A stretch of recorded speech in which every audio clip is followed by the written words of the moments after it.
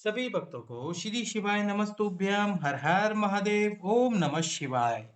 तो आज हम बात करने वाले हैं एक पत्र की जो कि आया था कथा में ही गुरुजी की कथा श्री वेत्रवती शिव महापुराण की कथा में जो पत्र आया वो शिल्पा जी का था जिन्होंने अपनी अपने पत्र में लिखकर बताया कि गुरुजी 9 वर्ष से ज्यादा हो गए थे मेरी शादी को और मुझे संतान प्राप्त नहीं हुई। मैं हर एक डॉक्टर के पास जाके आई थी, हर एक जगह पे दिखा के आई थी। मेरा एक या दो बार गर्भ ठहरा लेकिन मुझे पूर्ण संतान प्राप्त नहीं हो पाई। बीच में ही अपूर्ण गर्भ प्राप्त हुआ।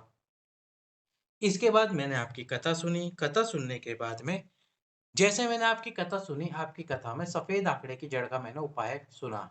सफेद आंकड़े की जड़ को आपने बताया था कि सफेद आंकड़े की जड़ को पति और पत्नी दोनों को लाकर रजस्वला धर्म के साथ विधिन शिव जी पे से 21 बार तुमरुकेश्वर महादेव के नाम से घुमाकर शिव जी के सम्मुख में ही अपनी कमर में माताओं को महिलाओं को बांध लेनी होती है। लाल धागे में लाल कपड़े में मैंने उस जड़ को बांधा और एक बार में ही गर्भ ठहरा। अब गर्भ ठहर गया, मैं डॉक्टर के पास गई जांच कराने के लिए तो डॉक्टर ने कहा यह गर्भ ठीक नहीं है, आपको इस गर्भ को हटा देना चाहिए, इस गर्भ को प्राप्त नहीं करना चाहिए क्योंकि ये गर्भ स्वस्थ नहीं है, ये बच्चा स्वस्थ नहीं है और आपको इसको नहीं रखना चाहिए।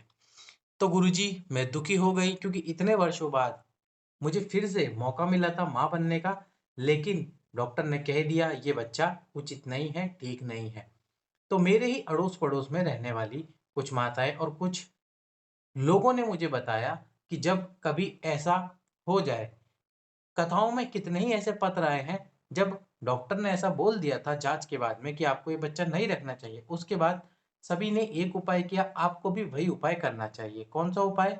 प्रतिदिन एक कलश तुमरुकेश्वर महादेव के नाम से शिव जी को समर्पित करना चाहिए और एक बेलपत्र समर्पित करके उस बेलपत्र को खाना चाहिए।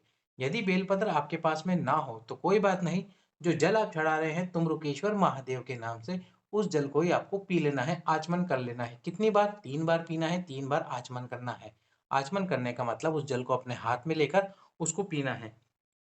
इस प्रकार से मैंने लगातार 9 महीने तक ये कार्य किया और 9 महीने बाद मुझे खुशखबरी मिली, संतान प्राप्त हुई और जो मुझे संतान प्राप्त हुई थी, वो पूर्ण संतान थी। वीडियो को लाइक करें, चैनल को सब्सक्राइब करें, वीडियो को अधिक से अधिक लोगों के पास में शेयर करें। इसके बाद में वो माता उस संतान को व्यासपीठ तक लेकर आई थी, गुरुजी ने उनको बेलपत्र भी दिया था। तो ये था एक माता का विश्वास भगवान शंकर पे, 9 वर्षों बाद जिनकी गोदी में आया पुत्र, जिनको प्राप्त हुई संतान।